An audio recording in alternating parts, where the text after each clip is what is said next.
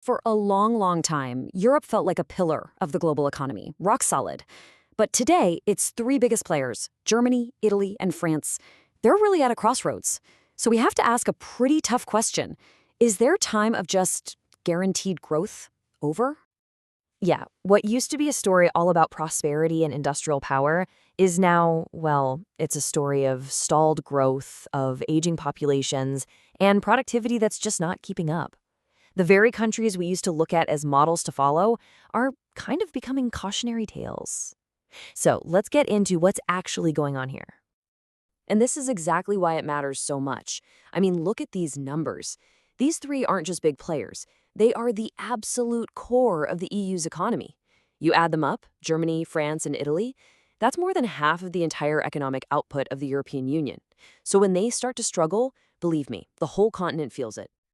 So here's our game plan. We're going to start with Germany's industrial engine, which is seriously sputtering. Then we'll dive into Italy's endless cycle of stagnation. After that, we'll unpack France's, well, you could call it a philosophical crisis. And finally, we'll tie it all together to see the common struggle this whole continent is up against. All right, first up, Germany. For decades, it was the economic anchor of Europe, the undisputed powerhouse. But now, it's facing some pretty unprecedented challenges to its core identity. The very things that made it so strong are now, kind of ironically, making it precarious. To really get Germany, you first have to get this one key economic idea: comparative advantage. It's actually a pretty simple but super powerful concept.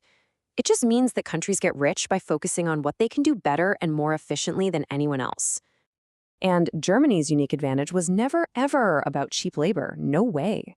Its strength was always built on a highly skilled workforce, incredible automation, and that world-famous reputation for quality. That's what let them totally dominate in making complex, high-value goods.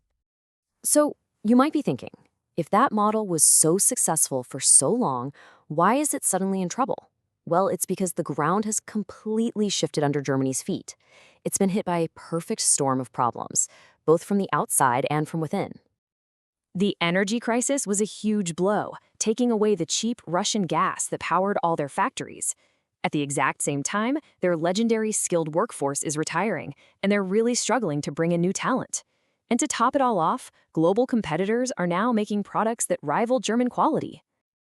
And what does that look like in real numbers? Well, get this.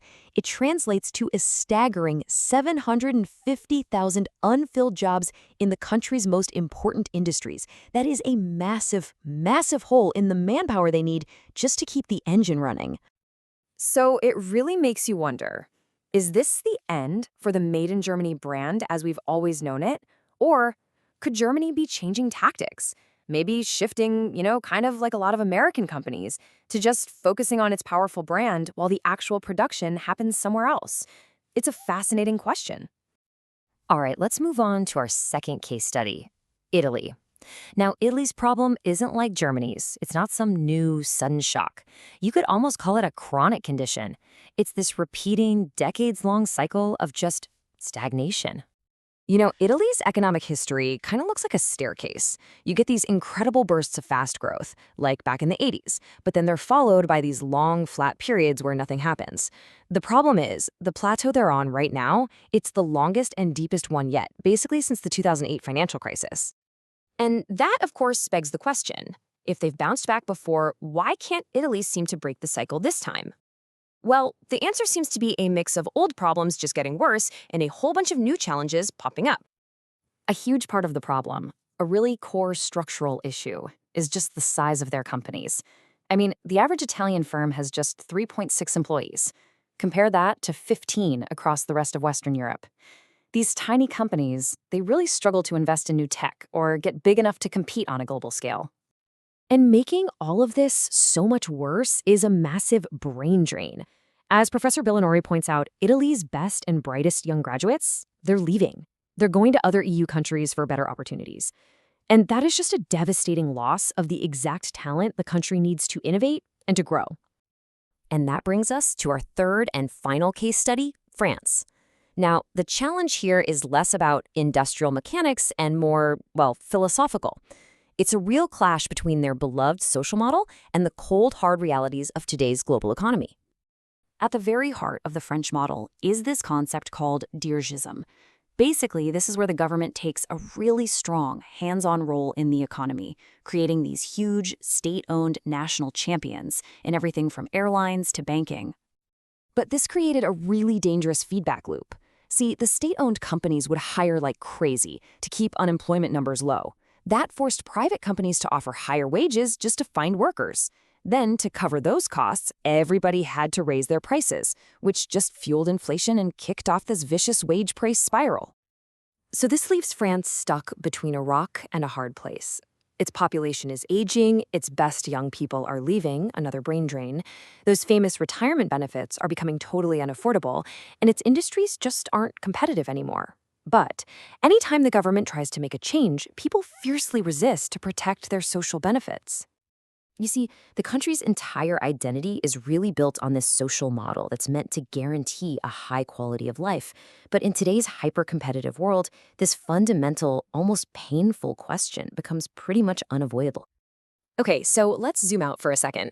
We've looked at Germany, Italy, and France one by one, but when you put their stories together, they reveal a much bigger story, a story about a whole continent standing at a crossroads.